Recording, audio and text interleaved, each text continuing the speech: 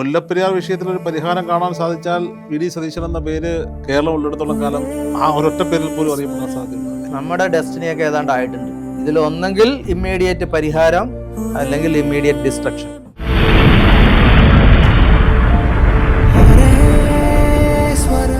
പാട്ടക്കരാർ പ്രകാരം കിട്ടേണ്ടുന്ന പാട്ടപ്പണം കേരളം കൈപ്പറ്റുന്നുണ്ടോ? അത് മേടിക്കാതിരിക്കാൻ നല്ലത്. എന്തിനാ നാണം കെട്ട പൈസ മേടിക്കുന്നത്?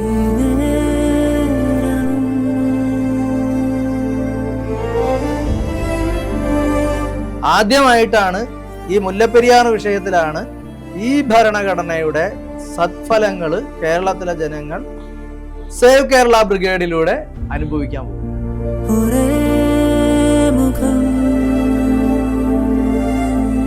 പ്രകൃതിയുടെ ഒരു സന്തുലിതാവസ്ഥ, അതൊരു ഇക്വലിബ്രിയം തകർത്ത പരിപാടികളാണ് ഈ ഡാംസ് എല്ലാം. അതുകൊണ്ട് പ്രകൃതി തിരിച്ചടിക്കും എന്നുള്ളത് 100% ഉറപ്പാണ്. മുല്ലപ്പെരിയാറിന്റെ പൊട്ടൻഷ്യൽ എനർജി എന്ന് പറഞ്ഞാൽ അമേരിക്ക ഹിരോഷിമയിലിട്ട ബോംബിന്റെ 180 ടൈംസ് ആണ്. അത് ഞാനൊരു കാര്യം ചോദിക്കട്ടെ, ഇത്രയും വലിയ വിപത്ത് സംഭവിക്കാൻ സാധ്യതയുള്ള മനുഷ്യനിർമ്മിതമായ ഒരു ജലബോംബ് തലയ്ക്ക് മുകളിൽ നിൽക്കുന്നു. സ്വാഭാവികമായിട്ടും എനിക്ക് തോന്നുന്നു ലോക്സഭയിൽ ഡീൻ കുര്യാക്കോസ് ഇതിനെ ജലബോംബെന്ന് വിളിച്ചുകൊണ്ട് സംസാരിക്കുന്നതൊക്കെ നമ്മൾ കണ്ടു. ഇത്രയും ജനപ്രതിനിധികളുണ്ട്, ഇത്രയും ആളുകളുണ്ട്, ഇത്രയും ജനങ്ങളുണ്ട്. ഇപ്പോൾ ഒരു രാഷ്ട്രീയ പാർട്ടിയുടെയും പിൻബലമില്ലാതെ ഒരു ജൻസി പ്രക്ഷോഭം വിജയിച്ചിട്ട് കേന്ദ്രത്തിൽ വിജയിച്ചിട്ടിരിക്കുന്ന കണ്ടുകൊണ്ടിരിക്കുകയാണ്. അപ്പോൾ കേവലം കോടതി വ്യവഹാരങ്ങൾ കൊണ്ട് മാത്രം ഈ വിഷയത്തിലൊരു തീരുമാനമാകുമോ? ജനങ്ങൾ ആദ്യം കോടതി ഒരു ഉത്തരവ് പറയട്ടെ, പിന്നെ അടുത്ത ലെവലിൽ ഞാൻ കാണിച്ചു കൊടുക്കാം. ഇത് രണ്ടും ഒരുമിച്ച് കൊണ്ടുപോകേണ്ടതല്ലേ, പാരലായി കൊണ്ടുപോകേണ്ടതല്ലേ? ഒരു ജനകീയ ഇതെന്താന്ന് വെച്ച് കഴിഞ്ഞാൽ ആളുകൾക്ക് ഒരു കാര്യം മനസ്സിലായിട്ടില്ല. ഇവിടെ ഒരു ഭരണഘടനയുണ്ട്, അത് ആളുകൾക്ക് അറിയില്ല ഇവിടെ ഭരണഘടന ഉണ്ടെന്നുള്ള കാര്യം. കാരണം എന്താ വെച്ചാൽ ഈ ഭരണഘടനയുടെ സത്ഫലങ്ങളൊന്നും ഈ നാട്ടിലെ ജനങ്ങൾ അനുഭവിച്ചിട്ടില്ല. അതാണ് ആദ്യമായിട്ടാണ് ഈ മുല്ലപ്പെരിയാർ വിഷയത്തിലാണ് ഈ ഭരണഘടനയുടെ സത്ഫലങ്ങൾ കേരളത്തിലെ ജനങ്ങൾ സേവ് കേരള ബ്രിഗേഡിലൂടെ അനുഭവിക്കാൻ പോകും. ഡാം പൊളിച്ചോളാൻ തന്നെ ഇന്ത്യയുടെ കോൺസ്റ്റിറ്റ്യൂഷൻ മതി, വേറെ ഒന്നും വേണ്ട. ഒരു രാഷ്ട്രീയ പാർട്ടിയുടെ പിന്തുണയും വേണ്ട, ഒന്നും വേണ്ട. നിൽക്കേണ്ടടുത്ത് തമിഴനെ നിർത്താൻ കഴിയണം. The entire constitution. കാരണം എന്ന് വെച്ച് കഴിഞ്ഞാൽ ഒരാളുടെ ജീവന് ഭീതി ഉണ്ടെങ്കിൽ അതിനെ പ്രൊട്ടക്റ്റ് ചെയ്യാൻ എൻറ്റയർ കോൺസ്റ്റിറ്റ്യൂഷൻ ഉണ്ട്. ഇപ്പൊ ഈ കേരളത്തിൽ താമസിക്കുന്ന രോഹിത്തിന്റെ ജീവന് ഭീഷണി ഉണ്ടെങ്കിൽ അതിനെ രോഹിത്തിന്റെ ജീവൻ പ്രൊട്ടക്ട് ചെയ്യാൻ വേണ്ടി ദ എൻറ്റയർ കോൺസ്റ്റിറ്റ്യൂഷനും എൻറ്റയർ ആർമിയും ഉണ്ട്, എൻറ്റയർ എക്സിക്യൂട്ടീവ് ഉണ്ട്, എൻറ്റയർ ലെജിസ്ലേച്ചർ ഉണ്ട്, എല്ലാ സംവിധാനങ്ങളും ഉണ്ട് ഒരാൾക്ക് വേണ്ടി. അപ്പൊ 4 കോടി ജനങ്ങൾ ഭീതിയിലാണ്. 4 കോടി ജനങ്ങളുടെ ജീവനെ ബാധിക്കുന്ന വിഷയമാണെങ്കിൽ ഉണ്ടാകത്തില്ലേ? 4 കോടി വീട് ഈ 2 കോടി എടുത്താൽ പോലും ഈ 2 കോടി ആളുകൾക്ക് പോലും അതിനെക്കുറിച്ചുള്ള ബോധമില്ലല്ലോ, ഒരുമിച്ച് നിൽക്കുന്നില്ല. നിനക്കൊക്കെ പ്രാന്താണോന്നോ ചോദിക്കുന്നത്? വെറുതെ മനുഷ്യനെ പാനിക്കാക്കുന്ന എന്തിനാണോ ചോദിക്കുന്നത്? എന്നാ ഇവരോട് പറ, ആ കാശ് അവർ ഉണ്ടാക്കണ്ടല്ലോ, അവരുടെ കണക്ക് പ്രകാരമുള്ള കാശ് ഉണ്ടാക്കണ്ടല്ലോ, അതിൽ പകുതിയും കൂടെ മേടിച്ചു വെക്കാൻ പറ. ഈ പാട്ടക്കരാർ പ്രകാരം കിട്ടേണ്ടുന്ന പാട്ടപ്പണം കേരളം കൈപ്പറ്റുന്നുണ്ടോ? അതൊന്നുമില്ല. അത് മേടിക്കാതിരിക്കാൻ നല്ലത്. എന്തിനാ നാണം കെട്ട പൈസ മേടിക്കുന്നത്? ഒരു റീസണബിൾ റെമ്യൂണറേഷൻ വേണ്ടേ? ഒരു കച്ചവടത്തിൽ അങ്ങനെയല്ലേ? അത് പറഞ്ഞാലും മതി. ആഡക്വേറ്റ് കൺസിഡറേഷൻ ഇല്ല, അതുകൊണ്ട് കരാറില്ല എന്ന് കോടതി പറഞ്ഞാലും മതി. ഒന്നും പറയാൻ തയ്യാറല്ലല്ലോ കേരളം ഇതുവരെ. ഇനി പറയും. അവസാന മീറ്റിംഗിൽ മുഖ്യമന്ത്രി വി ഡി സതീശനുമായി നടത്തിയ മീറ്റിംഗിൽ എന്തായിരുന്നു? വലിയ വിജയമായിരുന്നു. അദ്ദേഹം നമ്മുടെ കേസിനെ നമ്മൾ ഇത്ര പറയുന്നുള്ളൂ. 130 വർഷം പഴക്കമുള്ള ഡാം, അതും ഒരു അതിഭൂകമ്പ സാധ്യത മേഖലയിലുള്ള ഡാം, അത് മാറ്റണം. അത് തന്നെ കേരള സർക്കാരും പറയാമെന്ന് അദ്ദേഹം പറഞ്ഞിട്ടുണ്ട്. എന്തായാലും അദ്ദേഹത്തിന് വിചാരിച്ച കാരണം അദ്ദേഹത്തിന്റെ കയ്യിലാണ് നിയമവകുപ്പ് ഇരിക്കുന്നത്, അദ്ദേഹമാണ് മുഖ്യമന്ത്രി. അല്ല, അദ്ദേഹത്തിന് ചെയ്യേണ്ടി വരുന്ന ഒരു സമയമാണ്. കാരണം പ്രകൃതിക്ക് അല്ലെങ്കിൽ ദൈവത്തിനൊരു സമയമുണ്ട്. 4 കോടി ജനങ്ങളുടെ ജീവനല്ലേ, ഇതൊക്കെ പൊട്ടിത്തെറിച്ച് കേരളം മൊത്തത്തിൽ കത്തൂലേ? പോയിസണസ് ഗ്യാസസ് പുറത്തേക്ക് വരില്ലേ? മുല്ലപ്പെരിയാർ വിഷയത്തിൽ ഒരു പരിഹാരം കാണാൻ സാധിച്ചാൽ വി ഡി സതീശൻ എന്ന പേര് ഇന്ത്യ ഉള്ളിടത്തോളം കാലം, കേരളം ഉള്ളിടത്തോളം കാലം ഏറ്റവും ആ ഒരൊറ്റ പേരിൽ പോലും അറിയപ്പെടാൻ സാധ്യതയുള്ളതല്ലേ? ഞാനത് ഇന്നലെ പറഞ്ഞു. സാറിൻ്റെ, അതായത് ശ്രീ വി ഡി സതീശൻ്റെ പേരിൽ ചരിത്രം രേഖപ്പെടുത്തുമെന്ന് ഞാൻ പറഞ്ഞു. കേരളത്തിൻ്റെ ചരിത്രമല്ല, ലോകത്തിൻ്റെ ചരിത്രം. അത് താങ്കളുടെ ഈ ടെന്യൂറിൽ തന്നെ അത് സംഭവിക്കുമെന്ന് ഞാൻ അദ്ദേഹത്തോട് പറഞ്ഞു. ഒരു ഡാമിന് നിർമ്മാണം പൂർത്തീകരിക്കാനുള്ള അനുവാദം ലഭിച്ചാൽ പണി തുടങ്ങിയാൽ എത്ര കാലം കൊണ്ട് അതിന്റെ പണി തീരുമായിരിക്കും? അതൊക്കെ ടെക്നോളജി ഇപ്പോൾ ഭയങ്കര. എന്നാലും ഏകദേശം താങ്കൾ ഇതിനെക്കുറിച്ച് കുറെ പഠിക്കുന്ന ഒരാളാണല്ലേ, അതുകൊണ്ട് ചോദിക്കാം. ഇപ്പൊ ആൾക്കാർ പറയണില്ല 6 കൊല്ലം 10 കൊല്ലം എന്നൊക്കെ, ചുമ്മാതാ. ഇപ്പൊ ടെക്നോളജി അത്രമാത്രം ഡെവലപ്ഡ് ആണ്. മാക്സിമം 1 വർഷത്തിനുള്ളിൽ തീർക്കാം. നല്ല പോട്ടെ 2 വർഷം കൊണ്ട് തീർക്കാം. അങ്ങോട്ടൊന്നും പോകണ്ടല്ലോ. ഇപ്പൊ ഇമ്മീഡിയറ്റ് ആയിട്ട് കക്കി ഡാമിൽ നിന്ന് കൊടുക്കുകയാണെങ്കിൽ 3 മാസം കൊണ്ട് പൈപ്പ് വലിച്ചങ്ങ് കൊടുത്താൽ മതി. എന്നിട്ട് ഇത് പൊളിച്ചളഞ്ഞാൽ മതി. എന്നിട്ട് ആലോചിക്കാന്നേ, നമുക്ക് സമയം കിട്ടുമല്ലോ വേറെ ഡാം ഉണ്ടാക്കണോ എന്നൊക്കെ പറഞ്ഞിട്ട്. അപ്പൊ കക്കി ഡാമുമായിട്ട് അഗ്രിമെന്റ് വെക്കേണ്ടി വരില്ല. ഈ അഗ്രിമെന്റ് കക്കി ഡാമായിട്ടല്ല, തമിഴ്നാട് സർക്കാർ പുതിയ അഗ്രിമെന്റ് കേരളമായിട്ട് വെക്കേണ്ടി വരും. കാശും തരേണ്ടി വരും വെള്ളം കൊണ്ടുപോകണതിന്. ഫ്രീ ആയിട്ട് കൊണ്ടുപോകണ പരിപാടിയും നടക്കൂല എന്ന് ഞാൻ പറയണ്. ഇനി ഇവര് ഫ്രീ ആയിട്ട് കൊടുക്കാൻ തീരുമാനിച്ചാൽ ചിലപ്പോൾ നടക്കുമായിരിക്കും കേട്ടോ, അത് വേറെ വിഷയം. കൊടുത്തോട്ടെ, എന്നാലും വേണ്ടില്ല നമ്മുടെ തലേന്ന് ഈ ദുരന്തം മാറി കിട്ടിയാൽ മതി. പക്ഷെ എൻ്റെ അഭിപ്രായത്തിൽ വെള്ളം കൊടുക്കുകയാണെങ്കിൽ പണം വാങ്ങണം. പറഞ്ഞ് മടുത്തതാണെങ്കിലും മുല്ലപ്പെരിയാറിന് എന്തെങ്കിലും സംഭവിച്ചാൽ അതിൻ്റെ ആഫ്റ്റർ എഫക്റ്റ് എന്തായിരിക്കും എന്ന് പറഞ്ഞു തരും. ഇത്രയും പോരെ രോഹിത്തെ. അല്ല എന്താ ഭീകരതയോടെ പറഞ്ഞു കൊടുത്താൽ ജനങ്ങൾക്ക് മനസ്സിലാവും. രോഹിതിനെ കേൾക്കാനല്ല. ഇപ്പൊ മനസ്സിലായിട്ടുണ്ട്. ഫാക്ടറീസിന്റെ കാര്യം പറഞ്ഞു. പിന്നെ ഈ വെള്ളം ഒഴുകി വരുന്നു എന്നാണ് ആളുകളുടെ ഒരു വിചാരം. ഇത് ഡാം തകർന്നാല് ഒഴുക്കല്ല, നിബദിക്കുകയാണ് താഴേക്ക്. അതായത് ഡാമിൻ്റെ അവശിഷ്ടങ്ങൾ, ഡാമിലെ ഇത്രയും നാളത്തെ ചെളിയും, അവിടെ മരങ്ങൾ കിടപ്പുണ്ട്, മറിഞ്ഞ് വീണ് ഡാമിൽ കിടക്കുന്ന മരങ്ങളുണ്ട്, ഒരുപാട് കൺസ്ട്രക്ഷൻ മെറ്റീരിയൽസ് ഉണ്ട്. അതെല്ലാം കൂടി മുകളിൽ നിന്ന് താഴേക്ക് വീഴാണ്. ഇപ്പോൾ 99-ലെ വെള്ളപ്പൊക്കത്തിൻ്റെ കാലത്ത് 1924 സംഭവിച്ചത് ഒരു മല അപ്രത്യക്ഷമായി, കരിന്തിരി മല. ഇത് തൊട്ടടുത്ത ഏതൊക്കെ മലകളെ അപ്രത്യക്ഷമാക്കുന്നൊന്നും പറയാൻ പറ്റില്ല. ഇടുക്കിയൊന്നും ആലോചിക്കണ്ട, അതൊന്നും ഉണ്ടാവില്ല. മലകൾ പോലും ഏതൊക്കെ മല അപ്രത്യക്ഷമാകുമെന്ന് പറയാൻ പറ്റില്ല. കരിന്തിരി മല പോയത് ഒരു എക്സാമ്പിളാണ് ഞാൻ പറഞ്ഞത്. അല്ല, ഈ 15 TMC വെള്ളം വന്നാൽ 74 TMC കപ്പാസിറ്റി ഉള്ള അല്ലെങ്കിൽ വെള്ളമുള്ള ഇടുക്കിക്ക് എന്ത് സംഭവിക്കാനാ? അത് ഹൈഡ്രോളിക് ജാമറിംഗ് എന്ന് പറയുന്ന ഒരു എഫക്റ്റാണ്. അത് ഹൈഡ്രോളജി അറിയാവുന്നവർക്ക് അറിയാൻ പറ്റും. അതായത് ഇപ്പോൾ ഒരു നിശ്ചലമായി കിടക്കുന്ന ഒരു കുളത്തിൽ ഒരു കല്ലെടുത്ത് ഇടാന്ന് വിചാരിച്ചു, ആ കല്ല് ഏൽപ്പിക്കുന്ന ആഘാതം ആ കുളത്തിന്റെ എല്ലാ ഭാഗത്തേക്കും വ്യാപിക്കും. അപ്പൊ ഈ വരുന്ന വലിയ ആഘാതം മൊത്തം ഡാമിനെ ബാധിക്കും. അപ്പൊ വീക്ക് ആയിട്ടുള്ള സ്ഥലം എവിടെയാണോ അവിടെ അങ്ങോട്ട് പൊട്ടും. ആ പൊട്ടലിന്റെ വ്യാപ്തി വർദ്ധിക്കും, മുഴുവനായി പൊട്ടി മാറും. ഇതൊക്കെ സെക്കൻഡുകൾക്കുള്ളിൽ നടക്കും. നമുക്ക് ആലോചിക്കാൻ സമയമൊന്നും കിട്ടുന്നില്ല, അത്ര ഫോഴ്സിലാണ് വന്നെങ്കിട്. അതിനൊരു ഒരു ഒരു കാൽക്കുലേഷൻ ഉണ്ട്. മുല്ലപ്പെരിയാറിന്റെ പൊട്ടൻഷ്യൽ എനർജി എന്ന് പറഞ്ഞാൽ അമേരിക്ക ഹിരോഷിമയിലിട്ട ബോംബിന്റെ 180 ടൈംസ് ആണ്. അല്ല, നമ്മൾ റീസെന്റ് ആയിട്ട് ഈ ചൂരൽമല മുണ്ടക്കൈ അവിടെ ഒരു മനുഷ്യന്റെ കൈപ്പത്തിയൊക്കെ 5 കിലോമീറ്റർ അകലേക്ക് തെറിപ്പിക്കണമെങ്കിൽ വേണ്ട, ഒരു കാറിന്റെ വലിപ്പമുള്ള കല്ല് കിലോമീറ്ററുകൾക്ക് അകലെ തെറിപ്പിക്കണമെങ്കിൽ എന്ത് ഫോഴ്സ് ആയിരിക്കും. അത് വെറുതെ ഒരു ലാൻഡ് സ്ലൈഡിംഗ് ആണ്. ഭൂമിക്കകത്ത് കെട്ടിയെന്ന വെള്ളം ഒന്ന് തള്ളി പുറത്തോട്ട് വന്നതാ അന്ന് പറയാനൊന്നും പറ്റൂല. കാരണം ഇപ്പൊ മേഘവിസ്ഫോടനത്തിന്റെ കാലാണ്. മേഘവിസ്ഫോടനം എന്ന് പറഞ്ഞ ഒരു ഡെഫിനിഷൻ എന്താന്ന് രോഹിതന് അറിയാം? ഫ്ലൈറ്റിൽ യാത്ര ചെയ്തിട്ടില്ലേ, മേഘങ്ങൾ ഇങ്ങനെ കാണൂലേ, അതിങ്ങനെ ഒരു തൂണിന്റെ ആകൃതിയിൽ ഇങ്ങനെ വന്നാലോ, കിലോമീറ്റർ കണക്കെ, എന്നിട്ട് പെട്ടെന്ന് ഘനീഭവിച്ച് ഇങ്ങോട്ട് വീണാലോ. അങ്ങനെ വീണതാന്നൊരു കാഴ്ചപ്പാടുണ്ട് മുണ്ടക്കൈയില്. ആകാം. അതിന്റെ എനോർമസ് ഫോഴ്സ് കൊണ്ടാണ് ഈ കല്ലുകളൊക്കെ കിലോമീറ്റർ അകലേക്ക് തെറിച്ചു പോയത്. അങ്ങനത്തെ ഒരു വീഴ്ച മുല്ലപ്പെരിയാറിൽ വന്നത് ഈ വീണാലോ, അല്ലെങ്കിൽ ഒന്ന് ഭൂമി കുലുങ്ങിയാലോ. ഇപ്പം 240 ഭൂകമ്പങ്ങൾ ഉണ്ടായതിന്റെ ലിസ്റ്റ്, അതിന്റെ മാഗ്നിറ്റ്യൂഡ് അടക്കം സുപ്രീം കോടതി ഹാജരാക്കിയിട്ടുണ്ട്. അതിൽ ഏറ്റവും കൂടുതൽ 4.1 ആണ് മാഗ്നിറ്റ്യൂഡ് വന്നേക്കണേ. അത് മതി. മുല്ലപ്പെരിയാറിന്റെ അടുത്ത ആനും 4 വന്നിരുന്നെങ്കിൽ തീർന്നാനെ.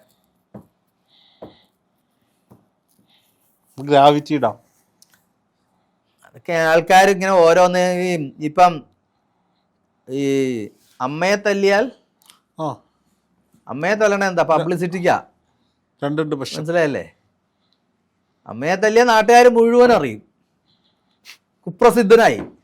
അപ്പൊ ഏതെങ്കിലും ഒരുത്തൻ ഈ മുല്ലപ്പെരിയാർ പൊളിച്ചു മാറ്റണമെന്ന് പറഞ്ഞാൽ അവനെ എതിരെ പറഞ്ഞാൽ ഇവൻ പ്രസിദ്ധനാവും. അങ്ങനെ ലക്ഷ്യം കൊണ്ട് കുറെ ആൾക്കാർ നടക്കുന്നുണ്ട്. ഞാൻ വല്ലയിടത്തും ചുരുണ്ട് കൂടിയിരുന്ന വക്കീൽ പണിയും കൊണ്ട് നടന്ന ആളാ. ഞാൻ ഇതിൻ്റെ അകത്ത് വന്ന് അത് ഒരു തരത്തിൽ അല്ലെങ്കിൽ മറ്റൊരു തരത്തിൽ ജസ്റ്റിസ് വി ആർ കൃഷ്ണന്റെ ഒരു ഇൻഫ്ലുവൻസ് ഉണ്ട്. ഞാൻ ഇതിൻ്റെ അകത്ത് വന്നു കഴിഞ്ഞപ്പോൾ ഞാൻ ഹോണസ്റ്റ് ആയിട്ട് നിന്നുള്ളൂ. അല്ലാണ്ട് എനിക്ക് ഇങ്ങനെ ഒരു ലക്ഷ്യങ്ങളും ഉണ്ടായിട്ടില്ല. മനസ്സിലായി, ഈ ഒരു വിഷയത്തിന്റെ മുമ്പിൽ നിൽക്കണം, പ്രവർത്തിക്കണം, ഓടണം. ഇല്ലെങ്കിൽ മരിക്കാൻ പോകുന്ന 2 കോടി ആളുകളുടെ ഇടയിൽ ഒരാൾ. അതും ആൾക്കാർ പറയണില്ലേ, ഓ എല്ലാവരും പോവല്ലേ ഞാനും അങ്ങോട്ട് പോയേക്കാം. അങ്ങനെ വിചാരിച്ച് ഞാനും ഇരുന്നാനെ. ഞാൻ ആക്സിഡന്റൽ ആയിട്ട് ഒരു പ്രേരകം എന്ന് പറഞ്ഞാൽ justice V R Krishnan sir എന്നോട് പറഞ്ഞത് ഒരു പ്രേരകമാണ്, എൻ്റെ ഗുരുസ്ഥാനത്തുള്ള ആളാണ്, ഗുരുവാണ്. അപ്പം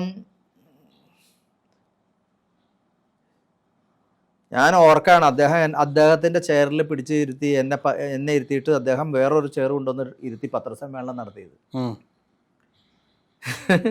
അത്രയ്ക്ക് എന്നോടൊരു താല്പര്യം ഉണ്ടായിരുന്നു അദ്ദേഹത്തിന്. അപ്പോൾ അദ്ദേഹം പറഞ്ഞതൊരു ഒരു ഒരു ഒരു ഇൻഫ്ലുവൻസ് ആണ് എൻ്റെ മേലെ, അല്ലാതെ എനിക്കിങ്ങനെ ഒരു ഐഡിയ ഒന്നും ഉണ്ടായിരുന്നല്ല.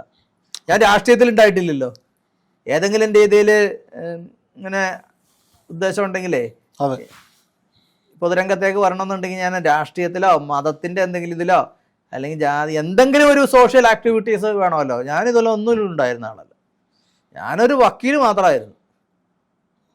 ഏതായാലും പുതിയൊരു ഡാം മുല്ലപ്പെരിയാറിൽ വന്നാൽ അല്ലെങ്കിൽ ഉള്ളത് ഡീകമ്മീഷൻ ചെയ്യപ്പെട്ടാൽ കേരളത്തിൻ്റെ മുഖ്യമന്ത്രിയുടെ നാമം സ്വർണ്ണലിപികളായി എഴുതപ്പെടും. അതുപോലെ തന്നെ 12 വർഷക്കാലം ഇതിനു വേണ്ടി നിയമപോരാട്ടം നടത്തുന്ന അഡ്വക്കേറ്റ് റസൽ ജോയ്ക്കും അതൊരു വിജയകിരീടമായിരിക്കും. അത് അധികം താമസിയാതെ സംഭവിക്കട്ടെ. സംഭവിച്ചില്ലെങ്കിൽ ഈ പറയപ്പെടുന്നത് പോലെ നമ്മൾ ജന്തർ മന്ദിർ കണ്ടതുപോലെ ഒരു ജൻസി വിപ്ലവം പോലൊരു വിപ്ലവം. അല്ല, അതിനുള്ള സമയമില്ല രോഹിത്തെ. അതിനൊന്നും നമുക്ക് ജന്തർ മന്ദിറിൽ പാറ്റകൾക്ക് സമരം നടത്താൻ ഇനിയും സമയമുണ്ട്. നമുക്ക് സമയമൊന്നുമില്ല, അതിനുമുമ്പ് തീരും. നമ്മുടെ ഡെസ്റ്റിനിയൊക്കെ ഏതാണ്ട് ആയിട്ടുണ്ട്. ഇതിലൊന്നെങ്കിൽ ഇമ്മീഡിയറ്റ് പരിഹാരം അല്ലെങ്കിൽ ഇമ്മീഡിയറ്റ് ഡിസ്ട്രക്ഷൻ, പണി തീർന്നു. അതായത് ഇത് എഗെയിൻസ്റ്റ് നേച്ചറാണ്. ഓക്കെ, പ്രകൃതിയുടെ ഒരു സന്തുലിതാവസ്ഥ, അതൊരു ഇക്വലിബ്രിയം തകർത്ത പരിപാടികളാണ് ഈ ഡാംസ് എല്ലാം. അതുകൊണ്ട് പ്രകൃതി തിരിച്ചടിക്കും എന്നുള്ളത് 100% ഉറപ്പാണ്. പിന്നെ ഇത്രയും ജനങ്ങളുണ്ട്, നമ്മൾ മാത്രമല്ല, ഭൂമിയുടെ അവകാശികൾ മനുഷ്യർ മാത്രമല്ല, എല്ലാ കാണുന്നതും കാണപ്പെടാത്തതുമായ സകലമാന ജീവികളും ഉണ്ട്. അവയൊക്കെ സംരക്ഷിക്കണമല്ലോ എന്ന് പ്രകൃതി വിചാരിക്കുന്നതുകൊണ്ടാണ് ഈ താമസം. മനസ്സിലായേ? നീതി താമസമല്ല, നീതി ഒറ്റയടിക്ക് പ്രകൃതിയുടെ സന്തുലിതാവസ്ഥ ഇക്വലിബ്രിയം തകർത്ത മനുഷ്യനെ റിമൂവ് ചെയ്യുക എന്നുള്ളതാണ് നീതി. അത് സംഭവിക്കരുത് എന്നാണ് എൻ്റെ പ്രാർത്ഥന, പ്രവർത്തനവും അതാണ്. ഇനി വേറൊരു കാര്യമുണ്ട്, ഇനി ഇങ്ങനെ സംഭവിച്ചിട്ട് റസൽ ജോയ് പറഞ്ഞതുപോലെ ഗ്യാസ് പ്ലാന്റ് പൊട്ടിയില്ല, പെട്രോളിയം പൊട്ടിയില്ല, വെള്ളത്തിന് വേണ്ടി തീ പിടിച്ചില്ല എന്നൊക്കെ പറയാമെന്ന് വിചാരിച്ചാൽ അത് പറയാൻ നീ ഒന്നും ഉണ്ടാവുകയില്ല. സത്യമല്ലേ? അല്ലെങ്കിൽ പിന്നെ വല്ല ഗൾഫിൽ പോയി ജോലി ചെയ്യുന്നവർക്ക് അവിടെ പറയാം. പക്ഷേ സ്വന്തം അച്ഛനും അമ്മയും സഹോദരങ്ങളും കൂടപ്പിറപ്പുകളൊക്കെ മരിച്ചു കിടക്കുമ്പോൾ അത് പറയാനുള്ള മനസ്സ് ഉണ്ടാകില്ല. അങ്ങനെ ഒന്നും ഉണ്ടാകാതിരിക്കട്ടെ. നിശബ്ദരായി പോകും, പിന്നെ ആർക്കും ഒന്നും പറയാൻ കഴിയില്ല. കാരണം എല്ലാവരും 4 കോടി ജനങ്ങൾ എന്താണോ പറയേണ്ടത് അതിൻ്റെ 10 ഇരട്ടി ഞാൻ പറഞ്ഞു കഴിഞ്ഞു. ഇനി അങ്ങനെ ഒരു ദുരന്തം സംഭവിച്ചാൽ ആർക്കും ഒന്നും പറയാനില്ല, മിണ്ടാതിരിക്കുള്ളൂ. അതിന് എക്സാമ്പിൾ ഉണ്ട്. എന്നെ പലരും കേരള ചെൻസിംഗ് എന്ന് വിളിക്കാറുണ്ട്. ചെൻസിംഗ് ആരാന്ന് രോഹിത്തിന് അറിയോ? ചെൻസിംഗ് ചൈനയിൽ ഒരു ഡാം ഉണ്ടായിരുന്നു, ബാങ്കിയാവോ. ആ ബാങ്കിയാവോ ഡാം തകരും എന്ന് ചൈനയിലുടനീളം എന്നെ പോലെ പ്രസംഗിച്ച് നടന്ന ആളാണ് ചെൻസിംഗ്. ഞാൻ ലോയറാണ്, പക്ഷെ ചെൻസിംഗ് ഹൈഡ്രോളജിസ്റ്റ് ആയിരുന്നു. അദ്ദേഹം ചൈനയിൽ മുഴുവനും നടന്നു പറഞ്ഞു, ഒരു ഡാം തകരും, ജനങ്ങൾ ഓടിക്കുമെന്ന്. ആരും ഓടിയില്ല. ചൈനീസ് ഗവൺമെൻറ് ഇങ്ങനെ തുടർച്ചയായിട്ട് ഇദ്ദേഹം ഇങ്ങനെ പറഞ്ഞുകൊണ്ട് നടന്നപ്പോൾ ഒരു എൻക്വയറി കമ്മീഷനെ വെച്ചു. കമ്മീഷൻ പറഞ്ഞു, ജൻസിംഗ് പറയണത് ശരിയാണ്, ഡാം വീക്കാണ്, പക്ഷെ അതിൻ്റെ മുമ്പിൽ 61ഓളം ഡാംസ് ഉണ്ട്. എന്തെങ്കിലും സംഭവിച്ചാൽ ഈ 61 ഡാംസ് തടഞ്ഞോളും. ആ ഒരു ക്ലോസിൽ കയറി ചൈനീസ് ഗവൺമെൻറ് പറഞ്ഞു, ഡാം പൊട്ടിയാലും 61 ഫ്രണ്ടിലുണ്ട്, അതുകൊണ്ട് ഇപ്പോൾ തൽക്കാലം അതിനെക്കുറിച്ച് ചിന്തിക്കേണ്ടതെന്ന്.